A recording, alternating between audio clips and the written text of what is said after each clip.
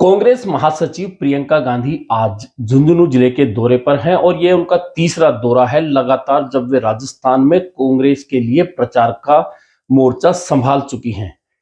दरअसल प्रियंका गांधी इसलिए इंपॉर्टेंट हो गई हैं कि राहुल गांधी अभी अन्य संगठनिक कामों में टिकट के वितरण में अटके हुए हैं। वहीं वे मिजोरम पर ज्यादा ध्यान दे रहे हैं, तेलंगाना पे ज्यादा ध्यान दे रहे हैं। ऐसे में राजस्थान में कांग्रेस के प्रचार का मोर्चा पूरी तरह से प्रियंका गांधी के हाथ में है। पहले वे निवाई आई, फिर दौसा जिले के सिकराय आई और आज वे झुंझुनू में है। दरअसल वैसे भी प्रियंका का आधा घर राजस्थान है। राजस्थान इसलिए है कि प्रियंका गांधी को रणथंभौर बहुत पसंद है और वे अक्सर रणथंभौर ही रहती हैं। और सिकराय में उन्होंने जब जनसभा की थी उसके बाद वे सीधे रणथंभौर सवाई माधोपुर चली गई थी और सवाई माधोपुर से ही वे सीधे जयपुर होते हुए झुंझुनू पहुंची और आज उन्होंने कांग्रेस के लिए वहां एक जनसभा संबोधित की। मौका था झुंझुनू जिले के अरडावता में, जहां पद्मश्री शीशराम ओला जो पूर्व सांसद रहे हैं, उनका न सिर्फ कांग्रेस की राजनीति में बल्कि शेखावाटी की राजनीति में बहुत बड़ा कांग्रेस में नाम है। ऐसे में सबसे पहले उन्होंने शीशराम ओला की मूर्ति का अनावरण किया और फिर वहां एक मंच से, कांग्रेस के मंच से लोगों से कांग्रेस के लिए वोट मांगे। हालांकि उन्होंने कहा कि मैं आपसे वोट मांगने तो नहीं आई हूं, लेकिन जागरूक करने आई हूं, जागरूकता मांगने आई हूं। जागरूकता इस बात की कि एक तरफ तो आपको अपना भविष्य देखना है कि कौन सी सरकार, कौन सी पार्टी आपके भविष्य के लिए सोचती है, आपके बच्चों के भविष्य के लिए सोचती है। इसके बहाने उन्होंने राजस्थान सरकार की उन योजनाओं को गिना दिया जो कि केंद्र सरकार की महंगाई के बावजूद महंगाई राहत कैंपों के जरिए जनता के लिए दी गई। और इस मौके पर दो बातें और हुई। वैसे भी इस बार राजस्थान में गारंटी वाली सरकार बनती जा रही है। दरअसल मुख्यमंत्री अशोक गहलोत ने अब तक जो योजनाएं दी हैं वो तो अलग हैं। उसके बाद जब चुनाव सिर पर आ गए तो गहलोत सरकार ने गारंटियां देना शुरू कर दी और अब मंच से दो गारंटियों की और घोषणा हुई है। पहली गारंटी तो यह है कि जो 500 रुपए का सिलेंडर अभी तक उज्ज्वला योजना वाली महिलाओं को या महिला मुखियाओं को दिया जा रहा था, महिला परिवारों को दिया जा रहा था, अब उसका दायरा बढ़ाकर 1,05,00,000 परिवार हो जाएगा यदि कांग्रेस की सरकार फिर से बनती है। तो यह गारंटी प्रियंका गांधी और मुख्यमंत्री अशोक गहलोत ने मंच से दी है कि यदि कांग्रेस की सरकार फिर से आती है तो राजस्थान में जो दायरा 500 रुपए के गैस सिलेंडर का उज्ज्वला परिवारों तक सीमित है वह बढ़कर 1,05,00,000 परिवारों तक पहुंच जाएगा। इससे भी बड़ी एक और घोषणा हुई है, वह घोषणा है 10,000 रुपए महिला मुखिया हर परिवार को दिए जाने की। दरअसल मुख्यमंत्री अशोक गहलोत ने कहा है कि सम्मान के रूप में महिलाओं को 10,000 रुपए सालाना दिए जाएंगे। अब यह 2 या 3 किस्तों में दिए जाएंगे यदि कांग्रेस की सरकार फिर से राजस्थान में रिपीट होती है। तो यह दो गारंटियां और जुड़ गई हैं कांग्रेस की गारंटी में। कुल मिलाकर इस बार कांग्रेस गारंटियों के आधार पर राजस्थान में फिर से सरकार रिपीट कराना चाहती है। जहां तक प्रियंका गांधी की बात है तो प्रियंका गांधी ने अपने दौरे में हमेशा सरकार की योजनाओं पर कांग्रेस सरकार की पीठ तो थपथपाई है, लेकिन उन्होंने एक बात हमेशा रिपीट करी है और वह यह है कि एक और तो भाजपा का परिवार बिखरा हुआ है और इंतजार है कि किस तरह से भाजपा अपने वरिष्ठ नेताओं को मार्गदर्शक मंडल में भेजे। यानी कि भाजपा ने जिस तरह से वरिष्ठ नेताओं को अलग थलग करने का काम शुरू किया है या उन्हें पार्टी में मुख्य स्थानों से हटा दिया है, ऐसे में प्रियंका गांधी और कांग्रेस को इस बात पर मौका मिल गया है कि भाजपा में बिखराव है और वह अपने वरिष्ठ नेताओं को मार्गदर्शक मंडल में भेजना चाहती है। एक तरह से यह सहानुभूति बटोरने का भी काम है उन नेताओं के जरिए जिन्हें भाजपा ने अलग थलग किया। आपको याद होगा कि मुख्यमंत्री अशोक गहलोत ने जब जोधपुर दौरा किया था 2 दिन का, तो कल देर रात वे भाजपा की सूरसागर से विधायक सूर्यकांता व्यास के निवास पर गए थे। इससे पहले भी उन्होंने कहा था कि मेरी बड़ाई करने वाले भाजपा नेताओं के टिकट काटे जा रहे हैं, और उन्होंने सूर्यकांता व्यास से मिलकर उनका आशीर्वाद लिया। और जब ये तस्वीर वायरल होती है तो निश्चित मानिए कि जो लोग सूर्यकांता व्यास से या उस नेता के साथ में सहानुभूति रखते हैं, जिन्हें भाजपा ने अलग थलग किया है, निश्चित तौर पर उनका ध्यान कांग्रेस की ओर से जाता है। और अशोक गहलोत यह बात बेहतर तरीके से समझते हैं, इसलिए उन्होंने सूर्यकांता व्यास के साथ में जाकर आशीर्वाद लिया। इससे पहले आपको याद होगा कि भीलवाड़ा शाहपुरा से को भाजपा के विधायक हैं और पूर्व विधानसभा अध्यक्ष हैं कैलाश मेघवाल, जिन्हें पार्टी ने निलंबित कर दिया सिर्फ इस बात के लिए कि उन्होंने केंद्रीय मंत्री अर्जुन मेघवाल पर आरोप लगाए भ्रष्टाचार के। यानी कि वे भी बुजुर्ग नेता हैं, निश्चित है कि पार्टी उनके स्थान पर इस बार नया उम्मीदवार लाएगी। ऐसे में उनकी सहानुभूति कहीं ना कहीं कांग्रेस बटोरना चाहती है। उनका नाम लेकर मुख्यमंत्री अशोक गहलोत ने 2 दिन पहले एक बयान दिया था। वहीं पूर्व मुख्यमंत्री वसुंधरा राजे के साथ भाजपा ने अच्छा व्यवहार नहीं किया, यह बात भी मुख्यमंत्री अशोक गहलोत ने 2 दिन पहले कही थी। इन्हीं सब बातों को लेकर अब प्रियंका गांधी ने भी कहा है कि भाजपा में बिखराव है और वरिष्ठ नेताओं को मार्गदर्शक मंडल में भेजने की तैयारी हो रही है। इस दौरान प्रियंका गांधी ने एक बात और कही, क्योंकि उन्हें पता है झुंझुनू शहीदों की धरती है।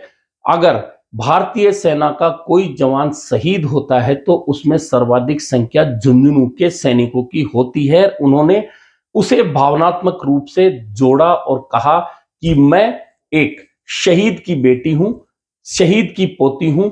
ऐसे में मैं वह दर्द समझती हूं कि जो झुंझुनू के परिवारों के बेटे या बेटी देश की सेवा के लिए जाते हैं और शहीद हो जाते हैं, मैं इनका दर्द अच्छी तरह से समझती हूं। यह कहकर उन्होंने झुंझुनू के लोगों से भावनात्मक रूप से मुद्दा जोड़ने का प्रयास किया। इस मौके पर कांग्रेस का कुनबा भी बढ़ा और प्रियंका गांधी के हाथों ममता शर्मा, जो राष्ट्रीय महिला आयोग की पूर्व अध्यक्ष रही हैं, उन्होंने कांग्रेस में फिर से वापसी की है। वहीं धौलपुर की भाजपा विधायक जो निलंबित हो गई हैं, और इसलिए हो गई हैं कि उन्होंने राज्यसभा चुनाव में क्रॉस वोटिंग कांग्रेस के पक्ष में की थी।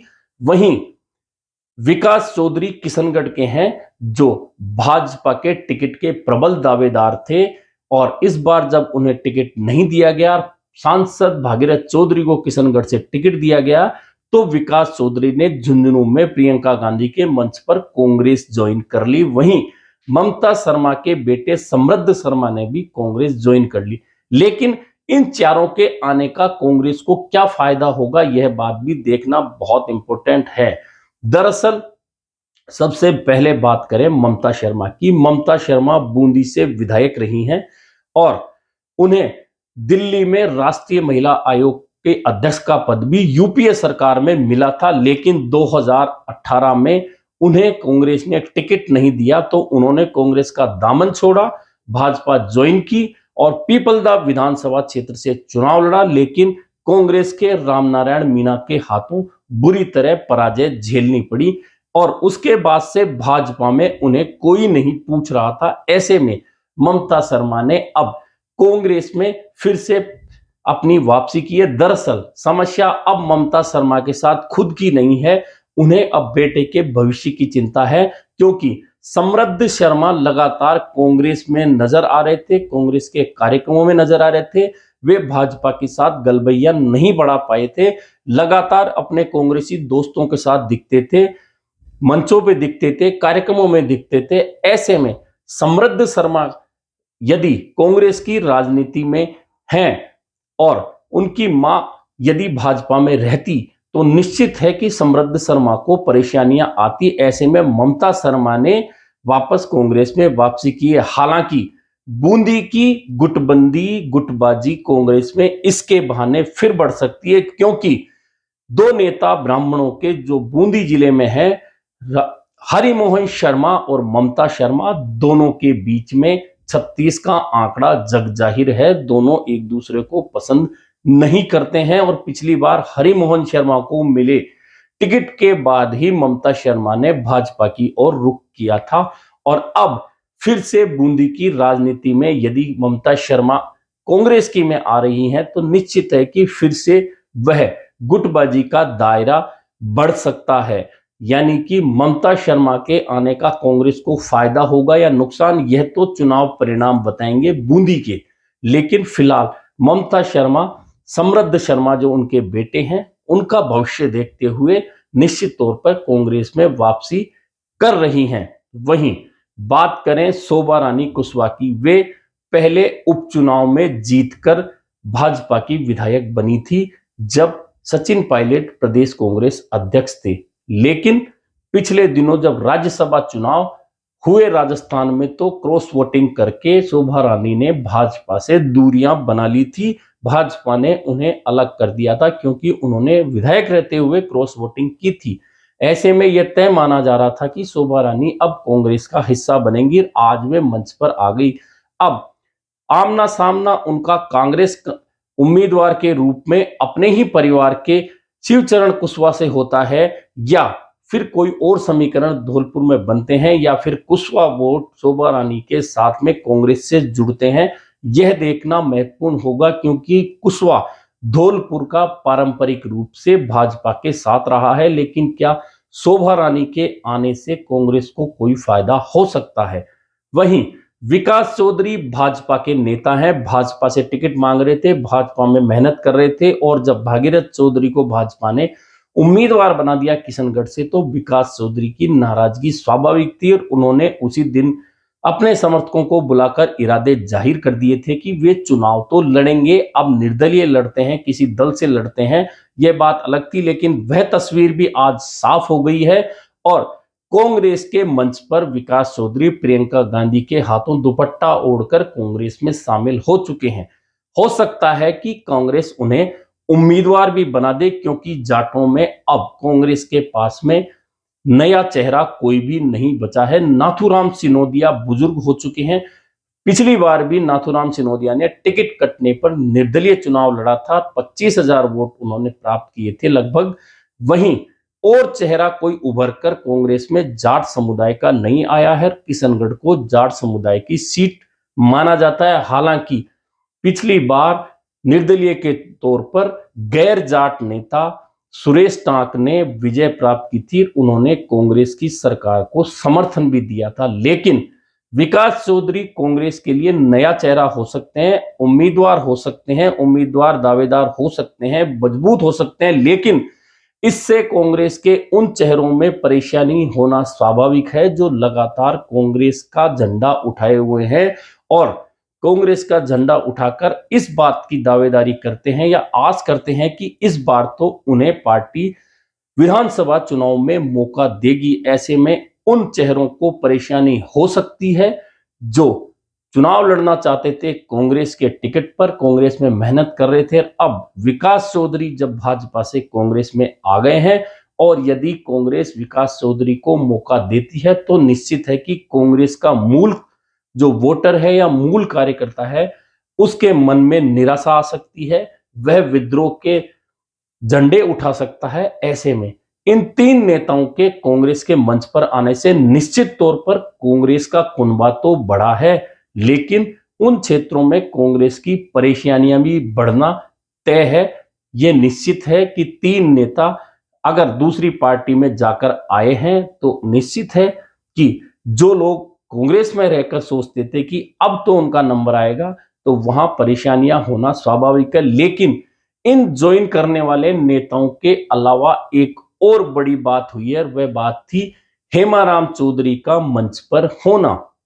हेमाराम चौधरी मारवाड़ के नेता है। पिछले दिनों जब उन्होंने कहा था कि वे चुनाव नहीं लड़ेंगे, उसके बाद में अफवाह यहां तक चली थी कि वे कांग्रेस का दामन छोड़ भी सकते हैं। लेकिन झुंझुनू में प्रियंका गांधी के मंच पर हेमाराम चौधरी आ गए, बैठ गए तो कांग्रेस की जो निश्चितता है वह बढ़ गई, अनिश्चितता समाप्त हो गई। लोगों को स्पष्ट हो गया कि हेमाराम चौधरी कांग्रेस पे ही रहेंगे, कांग्रेस का ही झंडा उठाएंगे। यह अलग बात है कि क्या वे अब भी चुनाव लड़ने के लिए मानेंगे या परिवार के किसी सदस्य को मौका देगी कांग्रेस हेमाराम चौधरी की? वैसे भी पिछले दिनों हेमाराम चौधरी के पक्ष में बड़ी सभा करके लोगों ने कहा था कि वे खुद ही चुनाव लड़ें।